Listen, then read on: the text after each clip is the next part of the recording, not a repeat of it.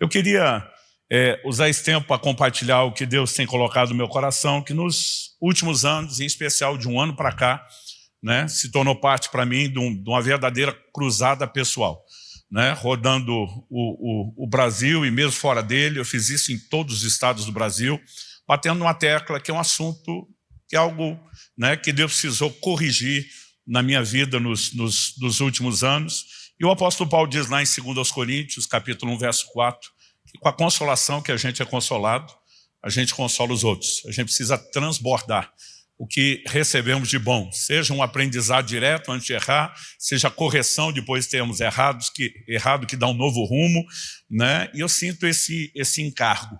E orando bastante ao Senhor, eu senti de ter uma conversa com vocês nessa manhã, né? E se tiver que dar um título a ela, eu vou usar um título, não lembro se era o título do filme original, mas pelo menos a tradução, quando era garoto: O Céu Pode Esperar.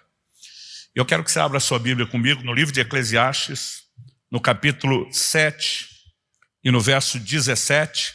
Eclesiastes 7, 17 faz a pergunta: não seja demasiadamente perverso nem tolo. Agora vem a pergunta: por que você morreria antes da sua hora? Depois de repreender um comportamento que é chamado tolo, né, como tolice, a pergunta é: por que morreria antes da sua hora?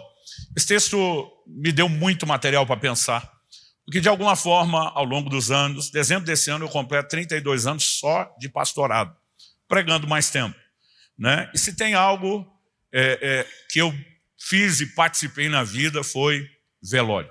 Talvez a frase mais ouvida em velório, depois do clássico meus pêsames, meus sentimentos, seja um comentário comum.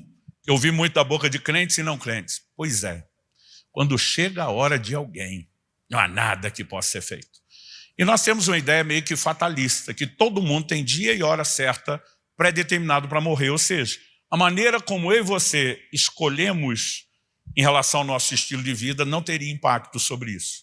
E esse equívoco tem nos custado caro e caro demais, né? E eu quero conversar um pouco com você a respeito disso. Porque se há uma hora pré-determinada para todo mundo, esse entendimento foi construído principalmente em cima da declaração do Salmo 139, 16, todos os meus dias foram escritos no teu livro quando nenhum deles ainda existia.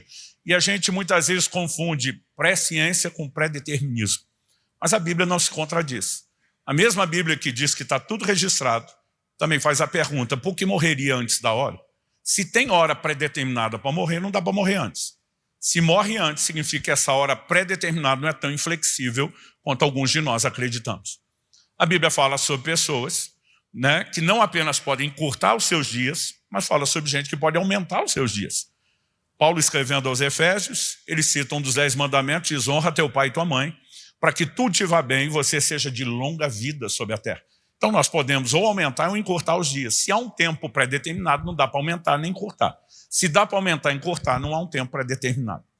Então, eu e você precisamos pensar, e lógico, não dá tempo de eu entrar em detalhes, nem explanar o pano de fundo doutrinário. Aqui eu quero apresentar a versão de forma resumida, mas justamente por causa dessa maneira errada de pensar, eu durante muito tempo não me preocupava muito com algumas questões naturais, porque a gente tem a tendência de espiritualizar o que não precisa, né? Por exemplo, em Deuteronômio 22, 8, Deus diz: quando você construir uma casa com terraço, faça também um parapeito, um muro de proteção. Por que é que Deus disse isso? Ele dá razão lá. Ele diz para que você não se torne culpado do sangue se alguém cair de lá. Ou seja, Deus está dizendo: se alguém cair por negligência, por falta de cuidar de vocês, não coloque a culpa em mim. Porque a gente tem a mania de jogar tudo para Deus. O camarada está distraído, olhando o celular, atravessa a avenida, atropelado, a gente diz: Deus recolheu. Imagina Deus olhando do céu e dizer: o que eu tenho a ver com isso? Né? Deus está dizendo: se eu não colocar o parapeito, alguém cair, o culpado é você. Não diga que fui eu que recolhi. Então nós espiritualizamos o que não precisa. Mas Deus prometeu proteger. Isso não nos exime da responsabilidade de nos protegermos. Tanto quando o diabo vai tentar Jesus no deserto, diz: por que é que você não pula do pináculo do templo? Jesus diz: também está escrito. E ele vai citar o Salmo 91. Aos seus anjos dará ordem a teu respeito para que te guarde. Jesus não negou que isso está lá. Ele diz: mas também está escrito. Tem o outro lado que o complementa, né? Não tentarás ao Senhor teu Deus. Eu acredito que muitos de nós temos adotado um estilo de vida que não receberia outra classificação de Jesus que não seja exatamente esse. Estamos tentando a Deus. Em nome de acreditamos que Deus cura, que Deus intervém, nós ignoramos que certas coisas não precisam ser espiritualizadas. Então, na primeira carta de Paulo a Timóteo, no capítulo 5, no verso 23, Paulo dá um conselho ao seu discípulo. Não beba somente água, tome também um pouco de vinho, por causa das tuas frequentes enfermidades no estômago. Não era apenas algo momentâneo, né? O apóstolo Paulo está dizendo e Paulo tinha um ministério de curas e milagres como pouco. Ensinava sobre fé e oração como poucos. Ele não está dizendo, Timóteo, vou botar a mão na sua cabeça e vou resolver isso. Ou você vai só orar a respeito. Ele dá orientações práticas. Se você fizer ajustes na sua alimentação, introduzir alguns alimentos que têm certos elementos terapêuticos que o próprio Criador fez, problema resolvido, você volta a ter saúde, né? Então, outro dia eu estava citando esse texto, até porque Romanos 15:4 diz tudo quanto foi escrito para nosso ensino foi escrito, até esse conselho. Aí uma pessoa me questionou, você não crê que Deus cura? Eu falei, eu creio que Deus cura. E acho que só espiritualiza quem crê, porque quem não crê vai se garantir no natural. Então, o nosso erro é justamente não apenas porque cremos, mas porque temos visto Deus agir. Mas nós não podemos jogar tudo para Ele. Eu cheguei, né, no ano de 2008, bater o peso de 153 quilos. E o que tinha de amigo tentando me alertar, toma cuidado. Mas eu estava naquela fase, né, que os médicos eles chamam assim daquele intervalo de saúde, o health span. Né? Eu costumo dizer que de perto dos 20 até perto dos 40, normalmente você faz o que quer e a conta ainda não chegou. E um dia eu recebi a visita de uma pastora amiga nossa lá da Itália, que veio acompanhada de uma discípula, uma amiga dela da igreja, que era médica. Quando ela entrou e me viu, eu estava no auge do sobrepeso, dos 153 quilos. Ela regalou os olhos e disse, pastor do céu, cada vez que eu lhe encontro, o senhor está maior do que a última vez. Ela falava bem o português, né? E ela falou, desculpa, eu sou médica, eu não consigo não tocar no assunto. Ela falou, já começamos, vamos até o fim. O senhor tem feito check-up? Para surpresa dela, esperava ou não, eu falei, sim. Ela, quando foi o último? Ela imaginou, alguns anos. Eu falei, faz 2 meses. Ela falou, e aí? Eu falei, e aí que está tudo bem. Ela fez cara que não acreditava. Eu falei para minha esposa, pega os exames. Tipo, vamos esfregar na cara dela. Quando o Kelly levantou buscar, não precisa pegar. Eu falei, só está fazendo cara que não está acreditando. Ela falou, desculpa, pastor, difícil acreditar que o senhor esteja bem, mas sua palavra vale mais que o exame. Não vou olhar o exame. Eu me senti assim, digno de confiança. Ela começou a fazer as perguntas, ela só não olhou, ela quis saber da minha boca. Né? Como é que está a questão do colesterol, triglicerídeos, pressão, diabetes? E, naquele momento, surpreendentemente, estava tudo bem, porque eu ainda estava no tal do Health Spa. À medida que eu fui dando os resultados, ela falou, certeza que foi um cardiologista que fez esse check-up? Eu falei, sim. Ela falou, estou curioso para saber o que ele falou no final. Eu falei, olha, ele estava com a cara que nem a da senhora, assim, de que não está gostando. Mas eu lembro que ele jogou o envelope na mesa com o resultado dos meus exames, jogou com força, eu lembro do envelope rodando e batendo no meu peito, e ele falou assim, digamos que o senhor tem mais sorte do que juízo. Não era para com peso desse estar com resultados tão bons. E dentro de mim eu estou sorrindo, pensando, some de Deus, que é aquela espiritualização que muitos de nós temos feito. No momento que eu falei isso, ela me interrompeu e falou, desculpa, eu vou discordar do seu médico. Ela falou, pastor, o senhor não está tendo sorte. O senhor só está ganhando tempo. E ela falou uma frase que seria o início do processo. Ela diz, pastor, lembre de uma coisa, o corpo é que nem cartão de crédito. Primeiro o senhor gasta, depois chega a fatura. Ela falou, e o senhor está gastando pra caramba, está arrebentando tudo quanto é limite. Essa conta vai chegar e vai chegar alto. E na hora, assim, eu tento lidar com aquilo, resistir na minha mente, mas eu nunca mais consegui esquecer essa frase. Ela ficou martelando na minha cabeça. Não produziu resultado imediato. 1 ano depois, a pressão disparou. Tive que começar a controlar com o remédio. 1 ano depois da pressão, já 2 depois da conversa, foi a vez da diabetes. Chegou com força. Quando eu vi a combinação dos dois, apavorado, comecei a perder peso. Perdi num ano, dentro de um período de 1 ano, até menos do que 1 ano, 27 quilos. Quando eu bati 126 quilos, sumiu a diabetes, resolveu a pressão e eu malandramente parei de emagrecer. Ainda ficaria uns 3 anos e meio mais ou menos com esse sobrepeso, mas naquela fase que eu já estava dizendo assim, estou administrando, porque eu vi que a conta tinha chegado. Mas depois de uns 3 anos e pouco, Deus começou a mandar um exército de gente para me confrontar, me cobrar, me corrigir, e aquilo foi se tornando progressivo. Eu brinco que 2013 foi o ano da conspiração divina. Eu apanhava de todo lado. E valia tudo, dedo no olho, mordida, cotovelada, né? Mas teve 3 conversas que realmente foram parte assim da fase final de entender e começar a mudar o processo. Um deles foi um amigo que me abordou. E quando eu falo amigo, é daqueles que têm coragem de botar o dedo na sua cara, te corrigir. E ele um dia me aborda e fala assim: Subirá, pelo amor de Deus, você tem que se cuidar. Você recebeu de Deus um dom especial, nós não podemos te perder cedo.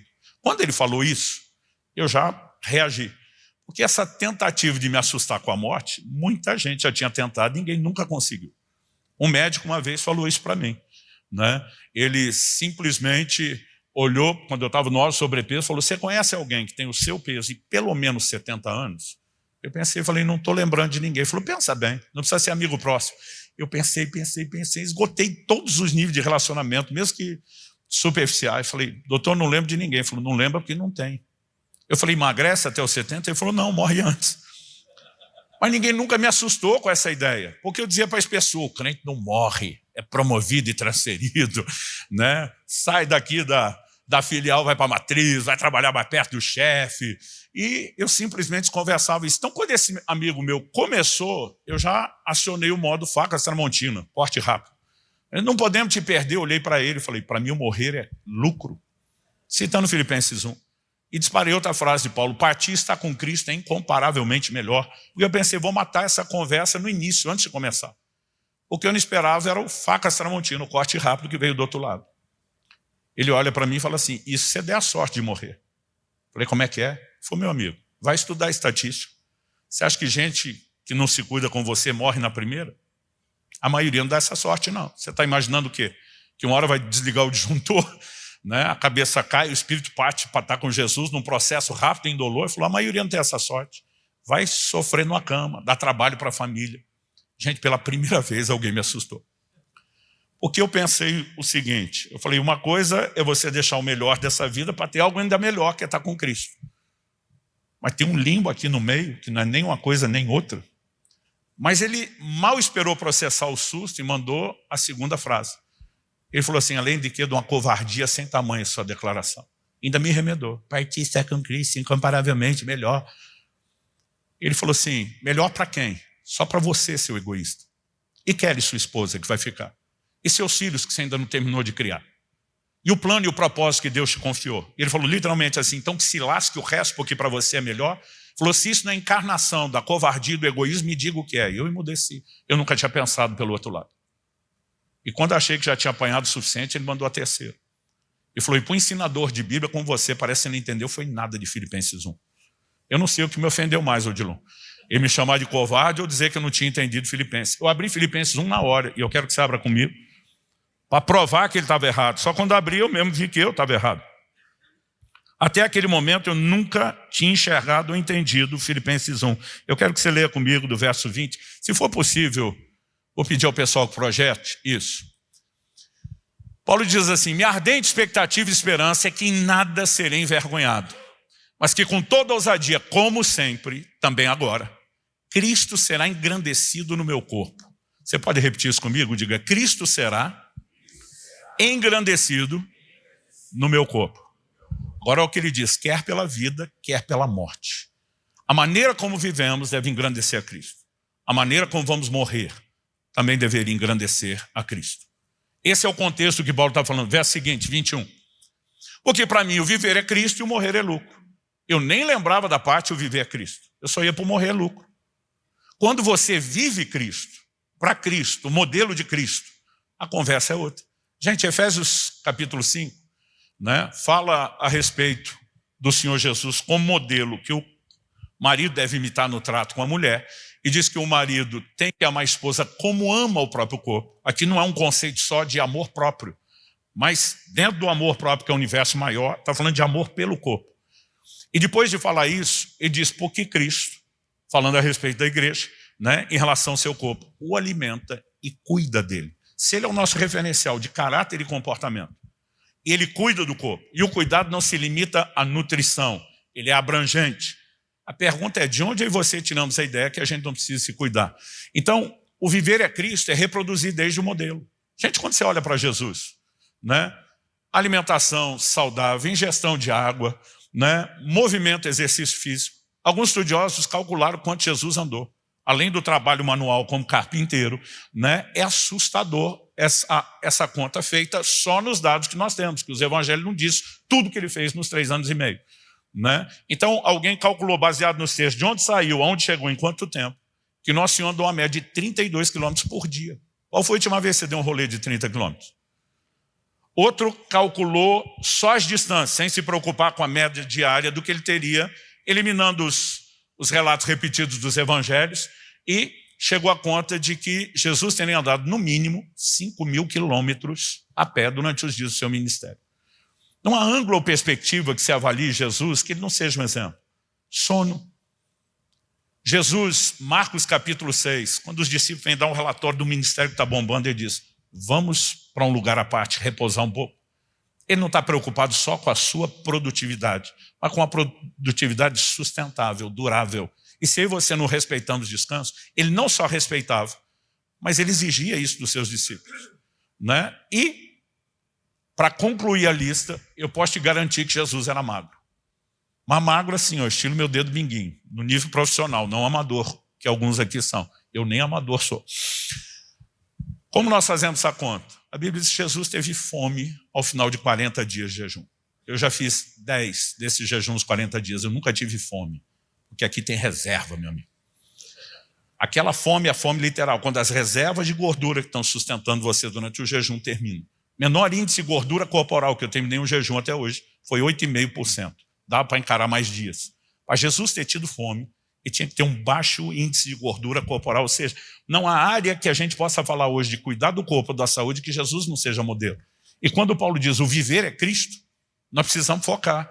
É não apenas para ele, mas reproduzir quem ele é. Aí sim, o morrer é lucro, não apenas pelo que vem depois, mas por termos cumprido aquilo que se espera de nós. Verso 22.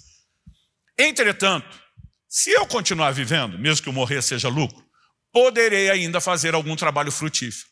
Assim não sei o que devo escolher. Agora Paulo está dizendo, bateu uma dúvida sobre a escolha. 23. Estou cercado pelos dois lados, outra tradução diz dividido. Tendo o desejo de partir e estar com Cristo, o que é incomparavelmente melhor. Ninguém vai negar que o céu é maravilhoso. Mas olha o que ele diz no 24. Mas, por causa de vocês, é mais necessário que eu continue a viver. Paulo está dizendo, se eu partir para estar com Cristo, é incomparavelmente melhor. Melhor para quem? Só para mim. Mas se eu não for egoísta e, além de mim, pensar em vocês, é melhor que eu fique, para ter mais fruto do meu trabalho. Ainda existem coisas que precisam ser feitas. Eu posso ser útil na vida de vocês. Então, levando isso em conta, e aqui que eu quero usar a frase do tema, o céu pode esperar. Nenhum de nós vai negar que o céu é extraordinário. Mas você tem literalmente todo o tempo do mundo para desfrutar. Vai estar lá a eternidade toda te esperando. Não há razão alguma para que eu e você apressemos a nossa partida às custas de comprometer o plano e o propósito de Deus. Verso 25, ele encerra dizendo, convencido disso, estou certo de que ficarei, permanecerei com todos vocês, para que progridam e tenham alegria na fé. Observe que partir mais cedo ou ficar mais tempo, Paulo diz, minha escolha. Ele não joga isso como fosse uma decisão arbitrária ou unilateral de Deus. Há muitos motivos pelos quais alguém pode interromper isso. Você tem desde alguém que decide tirar a própria vida, como gente que não ousaria fazer isso, mas como Elias diz, tira o Senhor, eu não. E há muita gente desistindo, por inúmeros motivos. Quando você olha para Elias, é evidente que ele tem um burnout. Sem contar a batalha espiritual que está, um estresse absurdo no nível emocional e físico. E alguns de nós não estamos carregando a estrutura necessária, olhando as 3 áreas, espírito, alma e corpo, para suportarmos a batalha na qual nós estamos envolvidos. E nós precisamos repensar a maneira como estamos lidando com o corpo. Essa primeira conversa com esse amigo foi uma pancada. Pouco tempo depois, me apresentaram um outro pastor, esse não era amigo, tinha acabado de conhecer. Supostamente, quando você está conhecendo alguém, você se esforça para ser simpático, apresentar a melhor versão. Esse camarada não fez esforço nenhum para me agradar. Primeira pergunta que ele me fez, a hora que nos apresentaram. Falou, você já ouviu falar de um avivalista escocês? Escocês não. Eu acho que é escocês. Chamado Robert Murray McCheyne, Falei, já ouvi falar do McShane? Conhece as frases, citações dele? Ele nem deixava eu falar, né? Era perguntas em sequência. Conhece as frases, citações dele? Falei, algumas, se tem uma deles no último livro, era o último da época. Ele falou, conhece a mais célebre? Falei, olha, eu não tenho certeza se eu conheço. Ele falou, se não sabe, não conhece. Eu pensei, está para o crime, está estreando uma ferradura nova aqui hoje. E ele olhou para mim e citou a frase mais célebre do McShane. Foi a que ele proferiu no leito de morte. Detalhe, um dos ministérios que mais chacoalhou a Escócia. Faleceu aos 29 anos. Não chegou aos 30. E a frase, por ele citada no leito de morte, foi: Deus me deu um cavalo e uma mensagem. Eu matei o cavalo. Já não posso levar a mensagem. Basicamente, ele estava dizendo: o propósito será comprometido, porque eu não cuidei do meu corpo como deveria. Associado ao que eu tinha entendido de Filipenses 1 e da outra conversa, foi a segunda pancada. Essas duas primeiras conversas, eu, usando a alegoria do boxe, eu digo que foram knockdown. Me botaram na lona, mas não me desmaiaram, não me apagaram. Mas viria a terceira. Essa aconteceu em novembro de 2013. As minhas andanças pelo Brasil, mas em especial alguns países da Europa, me perguntavam muito se eu conhecia um pastor brasileiro chamado Paulo Canuto. De tanto me perguntaram, eu fui ficando curioso. Quem é? Quero conhecer. Descubro que em novembro de 2013 a gente ia falar numa mesma conferência em São Paulo. Eu faria a abertura na primeira noite e no encerramento. O problema é que eu falava na quinta noite, sexta de manhã, eu já viajava para outro estado, para outra conferência. Eu não iria ouvi-lo.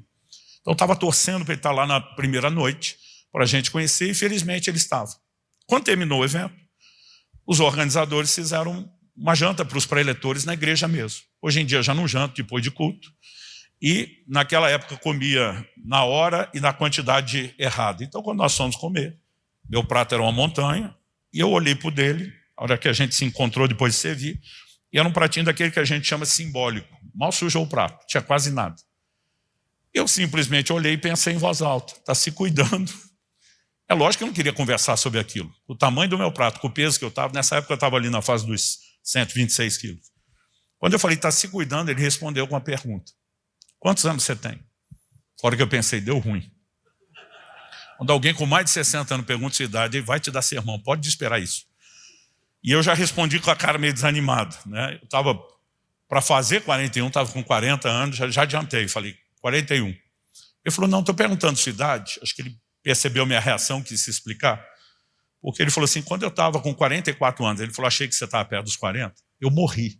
Ele falou isso, eu olhei para ele e falei, você o quê? Eu pensei, eu não ouvi direito. Ele falou, eu morri. Eu falei, como morreu? Ele falou, eu morri. Ele falou, eu tenho o laudo médico da minha morte. Ele apresentou Eva, a esposa que estava do lado dele, e falou, ela é minha testemunha. Foi ela que me socorreu, me levou para o hospital, assistiu tudo. Eu, curioso, comecei a fazer um monte de perguntas. Eu sempre brinco, não é todo dia que você conversa com alguém que já morreu. Eu já conversei com vários, eu faço muita pergunta. E para encurtar a história, ele falou, olha, meu corpo entrou em falência aos 44 anos. Os médicos me reanimaram 5 vezes. Ele falou, nas 4 primeiras eu voltei. Na 5ª eu não voltei mais. Falei, como é que você sabe que não voltou? Ele falou, porque eu me vi em espírito saindo do meu corpo. Meu corpo está deitado na maca. O médico continua o procedimento, falou, acompanhei pelo relógio da parede. Não tinha noção que eles tentavam isso por tanto tempo. Foi em torno de 1 hora. Né? Eu acho que o limite costuma ser uns 40 minutos. Ele falou, tentou muito a 5ª vez. Quando não deu mais, ele falou, estou assistindo do lado de fora, toda a cena. Falou, e minha versão bate nos mínimos detalhes com a da minha esposa e a do médico. Quando ele interrompeu o procedimento, dizendo, não há o que ser feito, eu vi o desespero da minha esposa, ela pedindo, ele explicando por que não tentaria. Ele falou, acompanhei tudo. Eu vi o que ele falou quando tirou a aliança do meu dedo, entregou para ela. Eu vi que horas era no relógio da parede, quando ele assinou o meu lado. Estou vendo tudo isso do lado de fora. E ele falou, Jesus apareceu atrás de mim. Ele falou, pensa numa presença que não precisa de anúncio. É uma glória inconfundível. Ele falou assim, eu não sentia permissão de vir a encarar, mas ele falou, antes de Jesus falar, eu já sabia que era ele. Como ele deu a deixa antes de Jesus falar, eu curioso já falei, perguntei, falei, o que ele falou? Ele me disse que Jesus chegou perto do ouvido dele e sussurrou a seguinte frase, você é um suicida. Eu estremeci, eu sabia para onde é aquela conversa. O Senhor continuou falando para ele, disse, eu tinha um plano extraordinário para a sua vida. E você conseguiu abortá-lo porque nunca cuidou do seu corpo. Quando eu ouvi essa frase, nunca cuidou do corpo, eu interrompi ele. Falei, para, será gordo? Tipo, vamos falar rasgado comigo? Ele falou, não. A única coisa que estava em ordem era o meu peso. Tudo o resto era uma bagunça. não me alimentava direito, não me exercitava, não dormia, não descansava, né? Ele falou, minha vida era uma bagunça. E ele falou assim, cara, 44 anos, meu corpo entrou em falência. E eu lembro que eu larguei a interjeição de espanto dos carioca. Caraca! E quando falei caraca, ele falou, calma que fica pior. Eu estou tentando pensar, como é que pode ficar pior? Você acabou de assistir você saindo do corpo, sua mulher desesperada com a sua partida, Jesus te chamando de suicida e dizendo que você encurtou seus dias e abortou o plano, como é que pode ficar pior? Ele falou, não, Jesus me deu uma visão do que seria o velório do dia seguinte. O velório que nunca aconteceu, eu assisti. Ele falou, eu tenho isso na minha memória, como qualquer fato real da minha vida. Ele falou, penso numa memória que me fez mudar de vida e que me faz lembrar aquela mensagem. Eu vi meu corpo arrumado no caixão, decorado com flores, amigos, familiares chorando, as coroas de flores do lado de fora, aquele ambiente velório que você, como pastor, conhece bem. Ele falou, então alguém chegava perto do corpo, estendia a mão na direção do meu corpo e dizia, mas o Paulo era uma bênção. Por que será que Deus o recolheu tão cedo? A conta nós sempre jogamos para Deus. Nessa hora, que a pessoa fazia o comentário da visão, Jesus, quando estava falando no ouvido dele, enquanto ele tinha visão, Jesus disse, além de abortar o meu plano e o meu propósito para a sua vida, você faz com que eu seja julgado. Jesus disse, eu não te recolhi coisa nenhuma, foi você que se matou, mas agora as pessoas me julgam pela sua negligência. E o chão sumiu debaixo do meu pé. Se as duas primeiras conversas foram knockdown, essa foi knockout. E eu levantei daquela mesa e eu falei para Deus, nunca mais o Senhor vai me corrigir de novo, sabe? Eu falei, eu não sei porque eu cheguei até aqui, porque eu fui tão teimoso, porque eu nunca ouvi ninguém. Mas eu falei, a partir de hoje muda. Eu falei, nós dois sabemos que eu não vou mudar da noite para o dia. Eu falei para Deus, eu vou ter que repensar tudo que eu acredito. E eu não sei te dizer nesses últimos anos quantas vezes eu fiquei lendo essa Bíblia de Gênesis, Apocalipse, procurando versículo por versículo, tudo que a Bíblia fala sobre o cuidado do corpo, sobre a nossa responsabilidade com a morte. E eu não só descobri que a Bíblia não joga a conta para Deus como o tempo todo, fala da nossa responsabilidade. E eu e você precisamos tomar uma decisão. Qual é a decisão? Viver para cumprir o propósito. Né? Viver para cumprir aquilo que Deus espera de mim e de você, mas não viver de qualquer forma.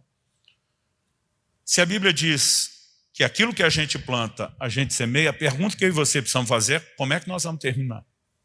Nós precisamos terminar bem, gente. Não só dizendo como Paulo combatiu o bom combate, cerrei a carreira, guardei a fé no plano espiritual, mas terminar bem em todas as áreas. E eu não sei você, mas meu projeto, né, de vida, falando dessa vida terrena, é cumprir o plano e o propósito de Deus, mas terminar bem. Terminar bem espiritualmente, terminar bem emocionalmente, terminar bem no meu casamento, na minha família, né, com os meus filhos, não só na execução de um chamado e de um propósito, mas terminar bem com saúde. Eu comecei muito cedo no ministério. Isso significa que a maior parte dos meus amigos pastores eram sempre mais velhos do que eu. Eu estou hoje com 52. Então, assim, a maioria dos meus amigos estava de 60 até hoje a 70 anos. O que eu comecei a ver nos últimos anos, sobre a forma como alguns deles estão entrando na velhice, não me empolgou. Porque muitos estão colhendo o resultado da sua negligência. O livro de Eclesiastes nos faz pensar o futuro desde que a gente está vivendo a mocidade. Lembra-te do teu Criador nos dias da tua mocidade, antes que cheguem os maus dias. A vida inteira eu li esse texto só para pensar na parte espiritual. Lembra do Criador, vida espiritual. Mas se você olhar aquele texto, ele não fala só da parte espiritual.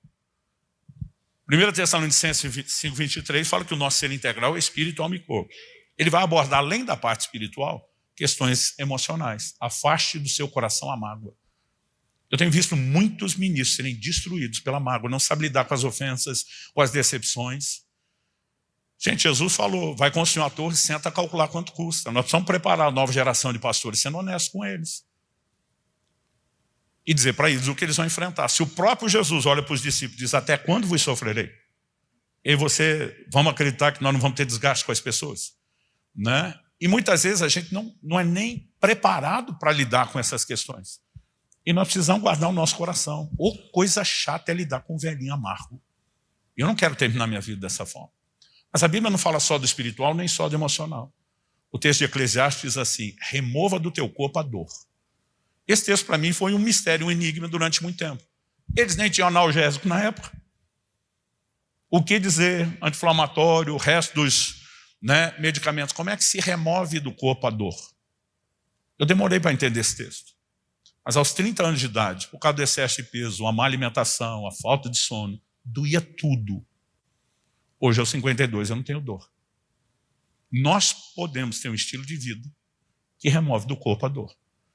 E nós podemos, em cada uma dessas áreas, trabalhar, né, uma dimensão de cuidado. Eu não estou tentando colocar o cuidado do corpo acima do espírito e do emocional. Mas pelo menos as outras duas áreas a gente fala mais. Mas na doutrina das nossas igrejas, de uma forma geral, a teologia do corpo é só: não entregue ele à sujeira da imoralidade.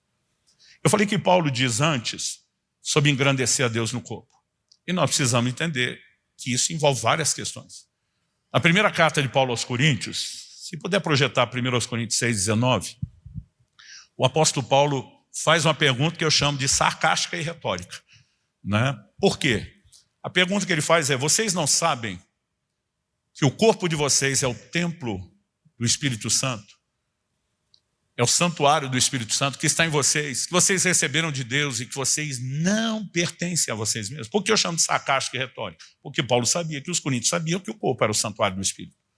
A solução: como é que você sabe que Paulo sabia, que os coríntios sabiam? Ele já falou isso na carta, gente. Primeiro aos Coríntios 3,16, ele afirma isso. E no 17 ele diz: se alguém destruir o corpo, que é o santuário do Espírito, Deus o destruirá. Ou seja, nós não podemos esculhambar o corpo, fazer o que queremos com ele e achar que não vai ter, né, um dia de prestação de contas diante de Deus. Então agora ele está dizendo: vocês não sabem que o corpo é santuário do Espírito Santo e que vocês não são donos de vocês mesmos, vocês não se pertencem. Por que nós não nos pertencemos? Verso seguinte, o 20, ele começa com a conjunção explicativa. Por quê? Que é a palavra de ligação entre o raciocínio que está sendo construído e a explicação que vem depois. Porque vocês foram comprados por preço. Ele está dizendo: você não é seu dono porque você tem um dono. Seu dono é quem te comprou. Agora, pois, se você entende o que é ser comprado, redenção, glorifiquem a Deus no corpo de vocês. Então, assim, a gente tem a responsabilidade de glorificar a Deus no corpo. Agora, qual é o contexto dessa declaração? Verso 18, se der para voltar aí. Fujam da imoralidade sexual. Qualquer outro pecado que uma pessoa cometer é fora do corpo. Mas aquele que pratica imoralidade sexual peca contra o próprio corpo. Gente, não é difícil entender que glorificar a Deus com o corpo, em essência, Paulo está dizendo: você não tem o direito de pegar o seu corpo e botá-lo na lama da imoralidade, porque o corpo não é seu, é santuário do Espírito Santo. Você tem um dono que exige que você glorifique. Glorificar é o uso correto. E não é difícil entender esse aspecto de fugir da imoralidade. Eu entendi isso com 15 anos de idade, gente. Recém-batizado do Espírito Santo, lendo esse texto, isso queimou meu coração de uma forma que eu fiz a Deus uma promessa. Eu falei para Deus: esse corpo nunca vai conhecer imoralidade. E tenho sustentado a promessa até hoje. Mas foi só uns 11 anos atrás, depois da conversa com o Paulo Canuto, que eu parei para me questionar: mas é só isso? E com só isso eu não estou diminuindo a importância de fugir da imoralidade. Só é a pergunta feita no sentido de exclusividade de aplicação, só serve para essa área. Porque se o contexto imediato é imoralidade, se você voltar um pouquinho antes no verso 13, Paulo estava falando de outro assunto. Ele diz: Deus fez o estômago para os alimentos e os alimentos para o estômago. Antes de falar de moralidade, ele está falando de alimentação. E a pergunta a ser feita é: nós temos que glorificar Deus com o corpo nessa área? A resposta implícita na lógica é sim. Mas apesar de aqui a gente ter algo implícito, nós temos uma declaração explícita em 1 Coríntios 10:31. Um versículo que durante anos eu não enxerguei. Ou quando enxergava, achava que era só para falar do ritual, né, dos ritos cerimoniais do Antigo Testamento, ou dos alimentos proibidos, ou da comida do culto a ídolos. Em 1 Coríntios 10:31 a Bíblia diz: portanto, se vocês comem, ou bebem, ou fazem qualquer outra coisa, serve para tudo, façam tudo para a glória de Deus. Você pode repetir isso comigo? Diga: fazer tudo para a glória de Deus. Agora, o tudo começa por comer e beber, e depois entra o resto. Eu me questionei aos 41 anos de idade, mesmo tendo prometido aos 15 nunca entregar o corpo à imoralidade, e não tendo feito isso porque eu queria glorificar Deus. A pergunta que eu fiz foi: eu já comi ou bebi para a glória de Deus? E a resposta assustadora, chocante para mim foi: não. O que eu fazia, na verdade, era uma desonra a Deus. Eu tive que aprender a mudar não apenas quantidade, mas qualidade. Muitos de nós temos nos alimentado muito errado. Quando você vê 2 Reis, capítulo 4, Eliseu chegando em Gilgal, a Bíblia diz que havia fome na terra, o que pressupõe ausência de alimentos. Eliseu fala para um dos discípulos, prepara um cozido para os filhos dos profetas. A Bíblia diz que ele sai. Época de fome, gente, não é para ter comida dando sopa, sobrando. E ele encontra uma trepadeira silvestre cheia de fruto. Como sabemos cheia? A Bíblia diz que ele encheu a capa deles. Não deu nem para levar na mão. Eu fico imaginando o que aquele garoto pensou. Se ele era meio espiritual, deve ter pensado, provisão de Deus. Se era um pouquinho mais carnal, deve ter pensado, dei sorte. O que ele não parou para pensar é porque ninguém colheu aquilo. E a Bíblia diz que ele encheu a capa de colossíntidas. E o texto é claro, diz assim, visto não saber o que eram. Curioso que quando Deus chamou minha atenção, visto não saber o que era, eu fui estudar o que eram as colossíntidas, porque eu nunca soube. E algo recorrente na literatura antiga é mencionar que as colossíntidas, em pequenas quantidades, elas tinham uma propriedade terapêutica, era laxante para o intestino. Mas em grande quantidade, não remetia só à vulga diarreia. Elas eram altamente tóxicas e chegavam a causar sangramento intestinal até a morte. Quando a comida é servida, alguém grita morte na panela. E não era força de expressão, tipo, estou morrendo de fome ou de sede. Hoje a gente não está morrendo de verdade, ali era morte. E se Eliseu não intervisse com um milagre, eles não teriam sobrevivido à comida e não havia muita opção. Foi necessário um milagre. O dia que eu estou lendo esse texto, o Espírito Santo fala comigo, por que a morte foi parar na panela? Eu nem pensei muito, falei, ignorância do cozinheiro, que botou veneno lá sem saber. Na hora que eu falei isso, ele me pergunta, e quanto à ignorância de vocês hoje? Não está botando morte na panela, no prato e no corpo de vocês. Gente, a maioria de nós não tem noção de quanto veneno a gente ingere. Desde aditivos químicos, conservante, corante, né, saborizantes, aromatizantes. A indústria alimentícia agora está apostando alto nos realçadores de sabor. Seu corpo não sabe o que faz com tanto derivado de petróleo que você consome nos produtos alimentícios. E pela desinformação, interpreta como se fossem hormônios. Hormônios são hipossolúveis, armazenados, diluídos em gordura. E a tireoide de todo mundo está uma bagunça há muito tempo. As doenças autoimunes dobram no mundo a cada 5 anos. Cada 5, dobra de novo e de novo e de novo. Não me diga que é só o poder diagnóstico. Os cientistas da longevidade estão dizendo que nós só temos um remédio, voltar a comer como nossos avós e bisavós. Ou seja, cortar industrializados, processados, ultraprocessados. Né? A lista aqui pode ir longe. Se a gente for falar de açúcar e glúten, então, que são venenos absurdos, então a gente vai ter que reaprender muita coisa. Né? Eu, durante muito tempo, como hiperativo, acreditava que dormir era perda de tempo. Meu médico, há 10 anos atrás, o dia que eu falei isso na cara dele, eu falei, ó, você quer que eu durma 8 horas? Eu dormia de 4 a 6. Eu dizia, 8 horas é um terço do dia, eu não quero passar um terço da minha vida dormindo. Olhei para ele e todo hiperativo se gloria disso. Falei, para mim dormir é perda de tempo. Ele olhou para mim e falou assim, eu acho tão interessante quando encontro alguém mais sábio que o próprio Criador. Você apelou, miserável. Às vezes a gente acha que tem uma ideia melhor do que a de Deus. Eu já tinha escrito o livro sobre o cuidado do corpo, estava rodando na gráfica em janeiro do ano passado. Eu estava num retiro de jejum e Deus me pregou uma peça, eu brinco. Ele falou assim que você chegar nesse lugar de retiro, eu já estava no 7º dia de um jejum, ele falou, os primeiros 3 dias, não beba água. Eu nunca tinha ficado mais de um dia sem água. Normalmente o limite bíblico para jejum sem água são 3 dias. Ele falou assim, durante 3 dias não beba água, não saia do quarto, não fale com ninguém. Gente, um imperativo, não sair do quarto e não falar com ninguém. É um desafio, mas o comando era tão claro. Já que não ia beber água, eu pensei, não posso me exercitar, nem dentro do quarto, senão vou ter sede. Então, era uma atividade a menos. Pastor, mas não li a Bíblia? Horas. Mas não enchia o dia. E eu li a Bíblia toda em um mês. Mas não enchia o dia lendo a Bíblia. E lendo com calma, anotando, estudando, cruzando referência. Não orava? Horas. Mas não enchia o dia. Aproveitava para adorar? Horas. Mas não enchia o dia. Eu dormia até doer as costas, como diziam os antigos, que não tinham o que fazer. Dava um soninho no meio da tarde, descansava de novo. E aqueles 3 dias pareciam uma eternidade.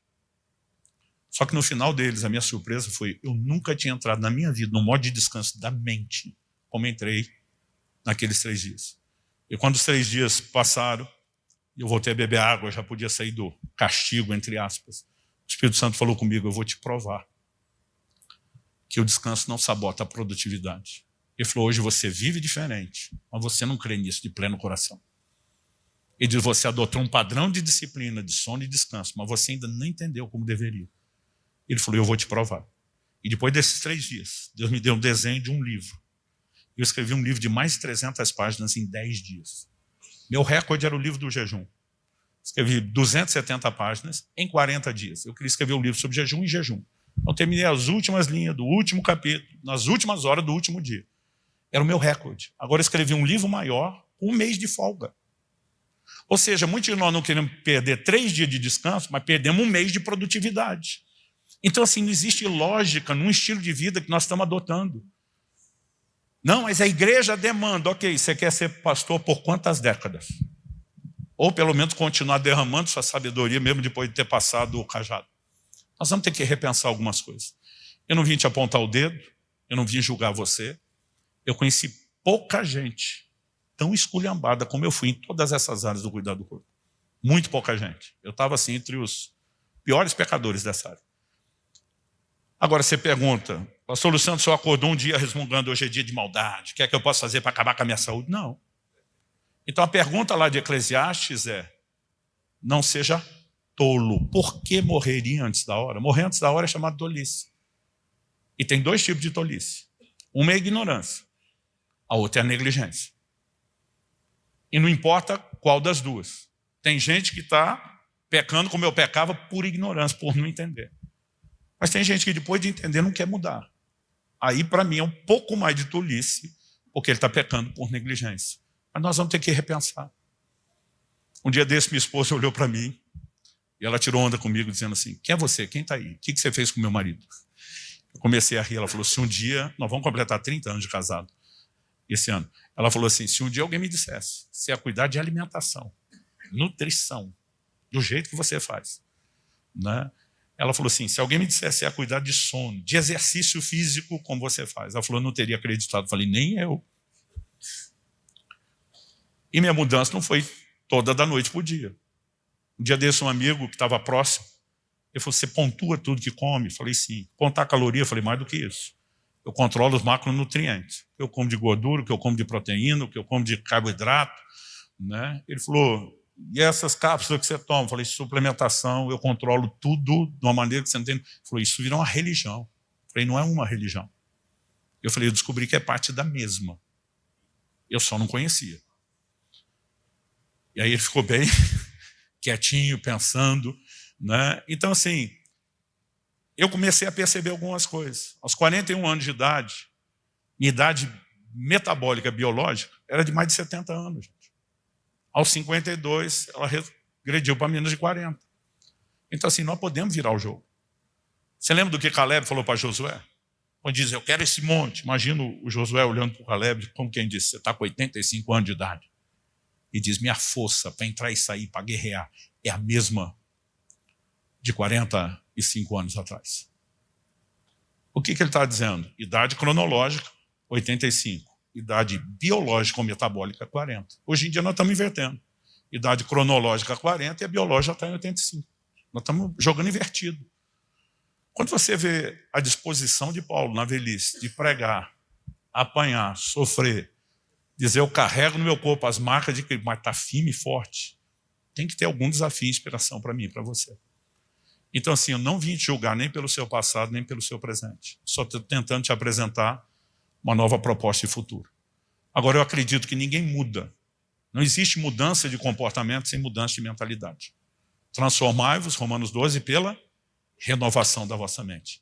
E você não muda a mentalidade ouvindo um assunto desse por 40, 45 minutos.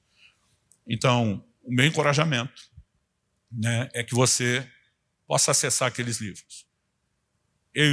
Meu médico, a gente queria escrever um livro todo junto, ia ficar muito grande. Aí a gente tinha pensado o seguinte, eu faço mais a parte bíblica e da minha experiência, faz a parte médica e científica, mas o meu médico também, além de cristão, é pastor. Ele foi enchendo a parte dele de Bíblia.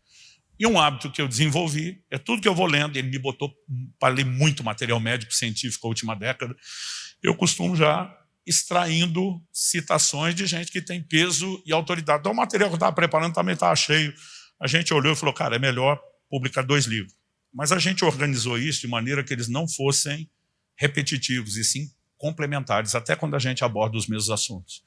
E ali, nesses dois materiais, tem muita coisa boa, né? Mas um capítulo que ele tem no livro dele sobre detoxicação e um no meu chamado Os Efeitos Saudáveis do Jejum, é uma descoberta, uma redescoberta, vamos dizer assim, recente da medicina. Em 2016, o Prêmio Nobel de Medicina foi dado a um pesquisador japonês que comprovou, documentou por quase 20 anos, o que décadas antes já tinha dado um prêmio Nobel a outro cientista, que é o processo chamado autofagia, limpeza do corpo, das células. E esse camarada demonstrou e comprovou de forma inquestionável diante da ciência que a partir de 16 horas em jejum, seu corpo ativa um modo de autofagia. Foi a partir disso que começou uma febre no mundo todo chamada jejum intermitente, você já deve ter ouvido falar disso. Eu vivo isso como estilo de vida. Eu normalmente como numa janela de 6, 7 horas, fico 17, 18 horas sem comer todo dia. E eu estou mapeando, literalmente, com muitos resultados, meu corpo há anos. Nesses jejuns prolongados, meu médico chega a pedir 60, 70 tipos de exames de sangue, fora os outros, para a gente comparar o antes e depois. Né? É impressionante o impacto que o jejum tem tido sobre a minha saúde. Mas se a gente não souber fazer, ele pode ser nocivo, se fizer do jeito errado. Mas do jeito correto, ele pode ser muito benéfico. Eu tenho visto muita gente ser curada de muita coisa, né? Nesse processo de autofagia. Das coisas que você nem imagina a variedade. Esse dia um pastor amigo meu fez 40 dias de jejum. E o médico dele, um endócrino, que não é crente, queria conversar comigo. Porque ele nunca é um cientista da área do jejum, nunca tinha visto ninguém fazer mais de 7 dias. Quando ele falou que ia fazer 40, o cara falou, mas comendo uma vez por dia? Ele falou, não. Com líquido? Ele falou, não, só na água. O médico falou, não vou entrar nisso não. Ele falou, doutor, o senhor devia repensar o seu título de cientista. Tem um exército no meio de nós, na nossa igreja, fazendo esses jejuns. Ele falou, eu nunca ouvi falar disso. Ele falou, vou assumir um compromisso com o senhor vai me avaliando na primeira semana. Se eu estiver bem, o senhor vai me liberando para continuar. Se algum momento o senhor mandar parar, eu paro. Se não, o senhor vai ter comigo o que os médicos não costumam ter, um laboratório. Ele falou, nesses termos eu entro. E depois ele estava tão impressionado, esse meu amigo brincou com ele, falou, o mestre Jedi dos jejuns nossos está chegando aí, você quer falar com ele? E ele veio falar comigo, nunca tinha pisado numa igreja. Ele falou, cara, eu estou impressionado com o que aconteceu no corpo dele. Ele falou, eu vou descrever para o senhor primeiro, antes de ter ouvido ele ou você. Ele falou, com todos vocês é a mesma coisa?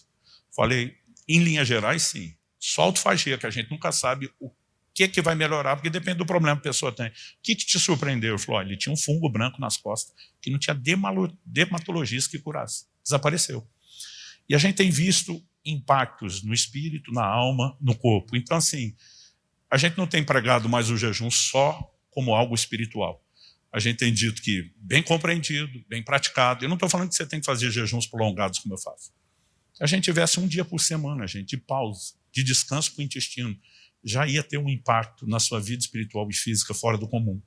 Então, assim, não vim falar nada com presunção, estou te falando como um pecador arrependido, corrigido por Deus, mudado, transformado. Esperei anos de uma boa prática e testemunho nessa área para começar a ensinar, mas assim, eu quero com muito amor e carinho te fazer uma advertência. A gente não quer você só frutificando hoje e descartável daqui a alguns anos. Né? A gente quer que você termine bem em todas as áreas. Eu espero, de alguma forma, poder contribuir com isso. Né? A gente, como eu falei, está disponibilizando um volume maior de material que pode te ajudar não só a mudar a mente, mas algo que eu descobri nesse processo aqui, eu termino, foi que a constância, ela depende do seu nível de convicção. A turma fala, pastor, o senhor mudou tudo uma vez? Eu falei, claro que não. Perdia peso, ganhava um pouco. Perdia de novo, ganhava um pouco, até estabilizar. Dormia 8 horas, demorou muito tempo eu consegui dormir 8, meu corpo não estava habituado.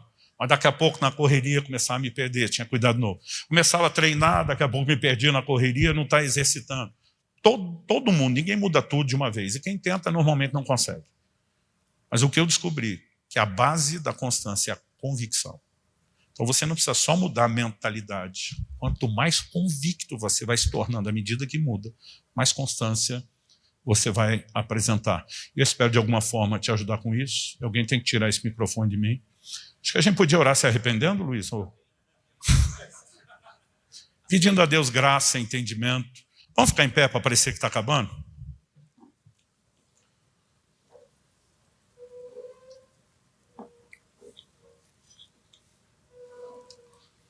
Eu tenho muitas testemunhas aqui de gente que conheceu o antigo Luciano e quem vê o atual agora. Eu perdi cerca de 60 quilos, mas a diferença é que eu botei de 12 a 15 quilos de músculo no corpo. Significa que a conta aí está para mais de 70 quilos de gordura eliminado, né? Existe muita coisa que a gente pode ir fazendo a longo prazo. Não aconteceu tudo da noite para o dia, mas quanto mais eu entendi essas verdades, mais a sério eu levava elas. E, gente, eu nunca tive tanta disposição física na vida. Toda hora o pessoal pergunta, como é que você aguenta esse ritmo? Como é que você aguenta essa agenda? E eu falo, gente, hoje, além da paixão por Jesus, da consciência do que eu fui chamado a fazer, né, eu tenho uma disposição física que eu nunca tive. Mas ainda assim, há momentos que eu percebo, estou passando alguns limites, tem que dar uma parada, tem que dar uma pausa, né? O descanso tem se tornado para mim uma ferramenta cada vez mais importante, inclusive para aumentar a produtividade. Mas eu tenho certeza que ainda tem muita coisa para arrumar e melhorar. Mas eu espero de alguma forma te ajudar a pensar e contribuir. Aqueles de vocês já estão se cuidando, que possam fazê-lo ainda mais. E fazer isso com uma mentalidade. Honrar e glorificar o Criador e Redentor dos nossos corpos. Viver para cumprir o propósito. Eu também tenho motivos adicionais, né, que são mais pessoais. Quando eu estava enroscado naqueles 126 quilos por alguns anos, alguém me conseguiu uma bariátrica com um dos melhores médicos de graça na faixa. Eu falei, como é que você conseguiu isso? Porque eu alegava que eu não tinha condição de fazer. O pastor, eu falei para ele que o senhor seria um bom garoto propaganda, né? Ele falou, argumentei que o senhor ia ser um conferencista mais conhecido do que já é, e ele teria você alguém na vitrine. Falei, vou ter que pregar com a camisa do patrocinador? Ele falou, não. Onde surgiu a situação, o senhor fala. Eu fiquei tão empolgado que eu estava orando por aquilo. Na frente dele, fiz cara de paisagem para parecer crente. Falei, vamos orar. Quando ele saiu, fui fazer fé. Meu Deus, estava te pedindo, o senhor jogou isso no colo, aleluia. Nem perguntei o que Deus queria, estava só agradecendo. O Espírito Santo falou comigo. Você cogitou ser o garoto propaganda dele, não o meu? Eu levei um susto. Falei, estou te entendendo. O cara tem uma bariátrica para vender, o senhor não tem nada para vender. Ele falou, para vender não, para entregar sim. Ele falou que eu comecei a te corrigir, você ainda nem entendeu direito a ponto de mudar. É parte de uma mensagem que eu quero que você pregue para a minha igreja. E você tem que ser o primeiro a dar exemplo. Pensei, perdi a bariátrica, tinha acabado de ganhar, perdi na hora. Pastor, o senhor é contra? Não. Eu acho que ela deveria ser o último recurso. E o cuidar do corpo, gente, não é só comer menos. Você vai ter que aprender a descansar, vai ter que aprender a comer direito, vai ter que aprender a se exercitar. Existe um combo que só a bariátrica não resolve. Ela é um bom início para quem já extrapolou limites. Mas naquela hora, quando Deus falou isso comigo, eu falei, vai ter que ser na raça, né? Então, sim, se eu conseguir, eu acredito em qualquer um podendo fazer o mesmo. Eu adicionei recentemente o último motivo à minha lista. Foi quando eu entrei na adolescência. Eu não tenho memória com avós. Quando eu nasci, meus avós paternos já eram mortos. Aquele tempo era para seguir mesmo? Isso é um golpe, é uma pergunta retórica. Vocês me dão mais 2 minutinhos só para contar isso? Então, como vocês, estou com compromisso e agoniado. E não é criança na escola, mas a gente tem mania de otimizar. Então, deixa eu bem depressa. Eu não tive memórias com avós paternos. Quando eu nasci, meus avós paternos já eram mortos. Os maternos estavam assim, como diz aqui no sul, só a capa da gaita. Viveram pouco, sem muita qualidade de vida, então perdi eles muito cedo e não sofri. Tudo que todo mundo fala dos avós eu não tive. O abraço do vô, o beijo da avó, a comida, né, a casa, nada disso. Mas quando eu ouvi as memórias da minha esposa, falando principalmente da avó materna dela, eu achava a coisa mais linda. Mas quando meu filho disse que eu ia entrar na adolescência, eu já sou avô de 3. E só aqui quem é avô sabe que eles são a sobremesa da vida. Eu tomei uma decisão, falei, eu quero estar lá por eles, eu quero estar inteiro. E eu tomei a decisão, falei, eu vou cansar eles não vão me cansar. Até agora está dando certo. Esses dias minha netinha mais velha, que está para completar 5, ela olhou para mim, a gente brincando, ela, cansei, vovô, e eu, yes.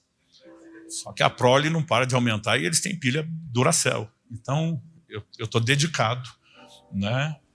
Seja quais forem seus motivos adicionais, que eles não excluam, honrar e glorificar o Criador e o Redentor do corpo e viver para cumprir o propósito.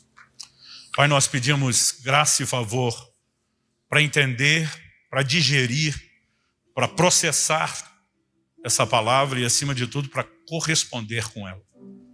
Queremos nos arrepender, seja da ignorância ou da negligência. Queremos te pedir que o Senhor nos ajude a não deixar isso cair no esquecimento. Queremos suplicar sabedoria do alto, favor, para criarmos, ó Deus, uma adaptação, uma mudança, primeiro de mentalidade, depois de comportamento. Eu quero suplicar graça e favor sobre meus irmãos. Alguns de nós vamos precisar de um empurrão, inclusive de cura, intervenção divina nessa área de saúde. Nós oramos por isso. Mas suplicamos que a boa mão do Senhor nos guie nessa jornada de correspondência contigo. Porque nos recusamos morrer antes da hora. Queremos te glorificar, viver para cumprir o propósito.